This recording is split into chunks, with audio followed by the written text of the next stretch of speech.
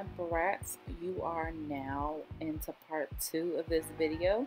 We have to sit out here and wait a long periodically time.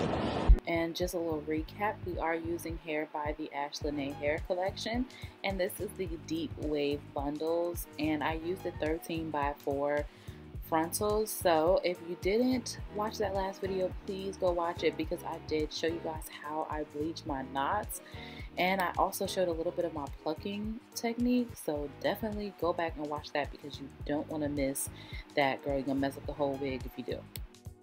So go ahead and make sure that you like, comment, and subscribe on this video so that you won't miss anything, because girl, who wants to keep missing out on me, you know?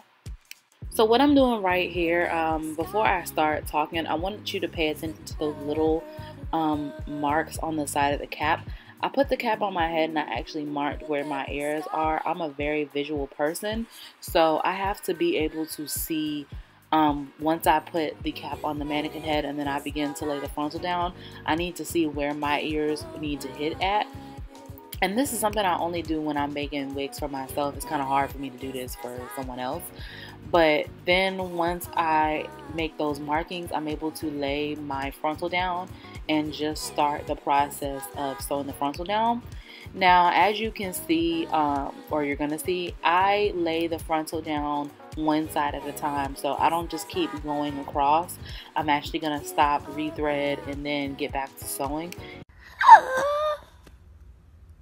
And it just kind of helps me to ensure that, like, this ain't going nowhere. Like, that's a pet peeve of mine. It's like, I want to make sure that it's not going nowhere. Yes, yes. Ooh, stiff what? Stiff what? For real, stiff what? Ooh, nowhere. Stiff what?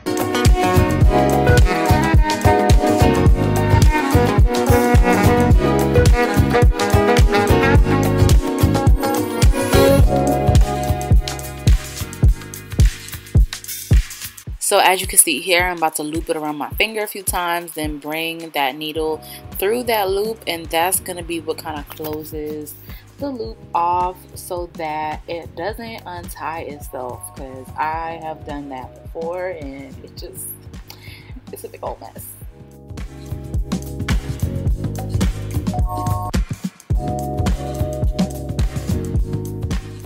So the main reason why in this next clip I did not record myself full on making the wig was because it's really simple. It's kind of a back and forth motion. To me, it's okay to kind of mess that up the first few times you're doing this and get away with it, but it's not okay to mess this part up. So that's why I wanted to focus on this. And don't be fooled, even if you're using curly hair, it's not okay to mess this up. Like, I've heard that so many times, that just because the hair is curly or bulky that it's okay to mess up the closing of the wig. No, girl, you still want it to be flat. Okay. So the best way that I could describe how to close off your wig when you're doing a frontal is, it kind of looks like an upside down smiley face, right? So what you want to do is begin to close that, and as you close it, you want it to kind of get straighter and straighter and straighter. That's how you know that you're doing it right, and that's how you know that it's going to come out as flat as possible. The T-pins are a really good accessory to use for this because it's just really hard for me to sew and keep things in place. Girl, I cannot do that. So I like to use the pins for some morale support. And I also cut the wefts as I get closer and closer. I don't do the fold over because that folding it over will actually help the wig to be a little bit bulky at the top. So I find that me just cutting it, girl, it eliminates that out. I'm not doing it. And also when I do my hand stitching, like, it's a very just easy loop and pull method.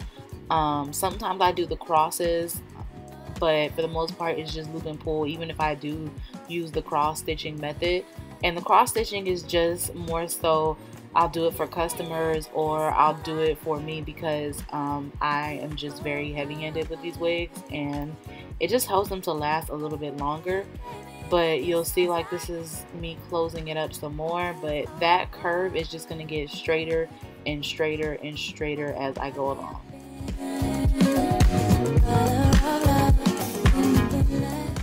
some more good tea on making these wigs, y'all. Like, I don't care what anyone says, I would highly recommend you not trying to make your wig with your freaking mannequin head sitting in between your legs. I feel like it's almost impossible to get the wig to come out perfect doing it that way. You need some type of mannequin head stand. They started selling these mannequin head stands in the beauty supply store. I got mine, I think it's called GEX. I got mine off of their website because it's just sturdier. You can get them off of Amazon. I know Sally Beauty sells the ones that can clamp to like a side of a table. But yeah, please do not be trying to do this in between your legs, because I used to do that and my wigs were crooked. So, just as I thought, trash. If you don't want to get talked about, don't do that.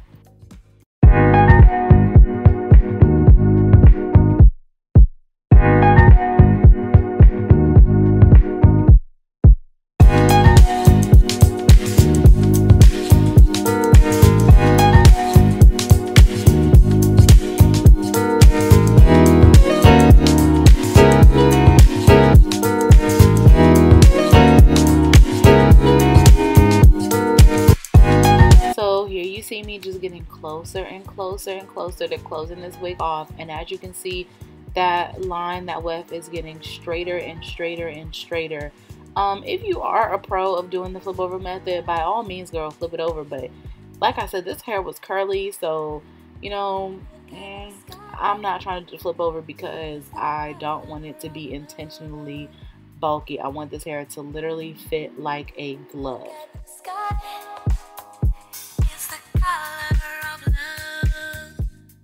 See, that wasn't hard. There you have it. The wig is freaking complete. All I gotta do is cut the lace.